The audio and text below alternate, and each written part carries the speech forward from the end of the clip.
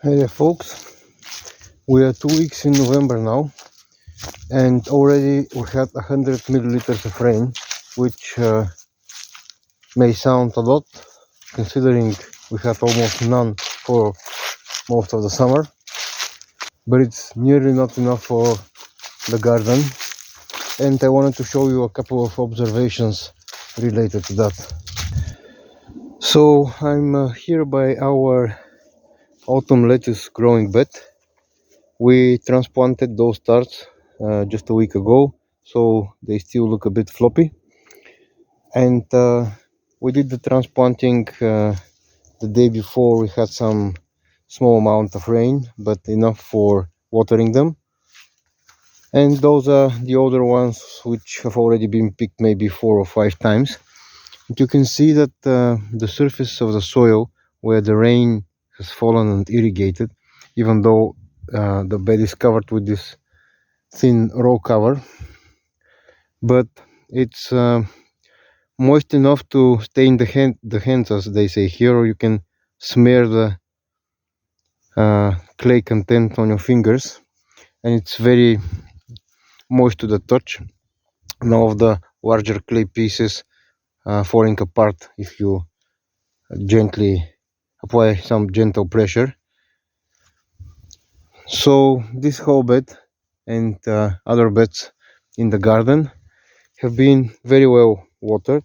But up here we planted a new nectarine tree and 2 more currant bushes. Those are white currants, similar to those.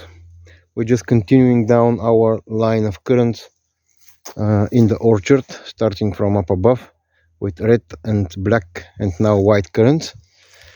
So in order to plant those 2 bushes and this tree, we had to, of course, dig the old peach tree, which was here, but it struggled and it finally died. And this was mulched with a thick layer of straw, maybe 20 centimeters for whole summer. It was of course not irrigated.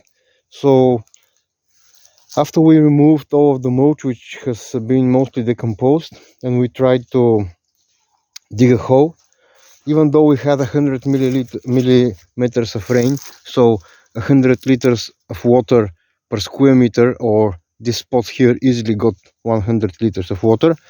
You can see the size of the clumps which came out of the soil.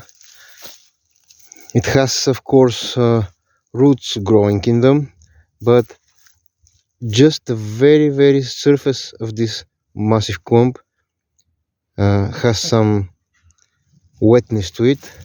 The bottom, which was deeper, some couch grass roots here, it's absolutely dry. It's very crumbly and hard, so you can see that our soil's ability to capture water is very high. Most of the water which fell was absorbed in the top 5 to 7 centimeters, judging by the depth which we dug the holes in and where the moisture kind of gradually disappeared. So it may sound absurd, but we had to water those holes before planting and then after planting to ensure sufficient moisture for the roots of those plants and for their establishment. Of course, I'm hoping for more rain this month and a very wet winter, but who knows. Another interesting thing I wanted to show you here, it may be a bit hard to see, and I apologize for the afternoon slanting lighting from the sun, but this is what we get. So if you look closely here, you can see there is like this slight shape, like a depression in the soil. This was one of the many cracks of the soil where I could easily put my hands in, and poking a stick down easily went 50 to even 80 centimeters. So our soil cracks in those deep vertical cracks, as most clay soils do in drought. But now with the 100 millimeters of rain, the crack is almost filled up, and the soil is, of course, has not finished at all swelling up, and this will be even a little mound when we get more rain, because the fluffier soil, it's easier to puff up and increase in volume. So what I expect is for this to be completely full by the end of the month if we get the rain which I'm expecting. Another thing which I want you to see here is that this patch here, it looks like bare soil, but actually all over this place there is clover growing, and you can see some of the surface stems and some of the roots which are showing now after being pounded by the rain. The clover has this ability to lose most of its leaves and retain just the roots, and then regrow from side buds when moisture is available. And I think that we'll be seeing some regrowth here as autumn progresses, because we're not forecasted for really cold weather for at least 2 weeks more. And here in another spot further up in the orchard, you can see the same pattern, a slight depression which is now filled up, so there is no crack in the soil. There might be some deeper down, but all of the water that fell in 3 or 4 days infiltrated deep into those cracks, and where the soil was not as cracked, it just soaked in the surface. But here the clover roots and plants are better visible, and you can see that it already started regrowing. This is fresh new growth from the last couple of weeks, and in mid-April to mid-May the clover here grows about 10 centimeters per week. Very rapid growth, very strong plant, and I'm hoping that the leaf mulch from the orchard, this is an apple tree and a cherry which we have here up top, will also help feed this meadow we have here. And down here where we had sweet potatoes planted and then French beans, salad beans, I'm now likely forking those rows here so we can plant our garlic. We'll do an experiment, but I deliberately, when I dug out the sweet potatoes here, deliberately left large clumps of soil just to demonstrate the size of the clumps which our clay soil forms in drought. Even though we had drip line here and we irrigate once a week, this is nearly not enough for the water holding capacity of the clay soil.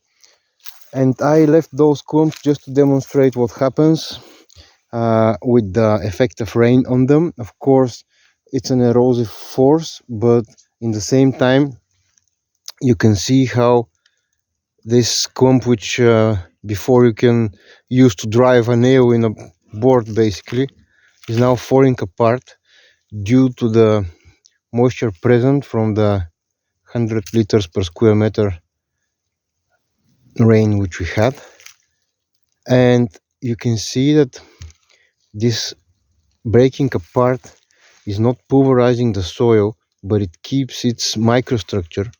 So the tiny aggregates, they are not broken. Of course, it's best to have roots growing here at all time or have it mulched, and this will happen once we plant the garlic.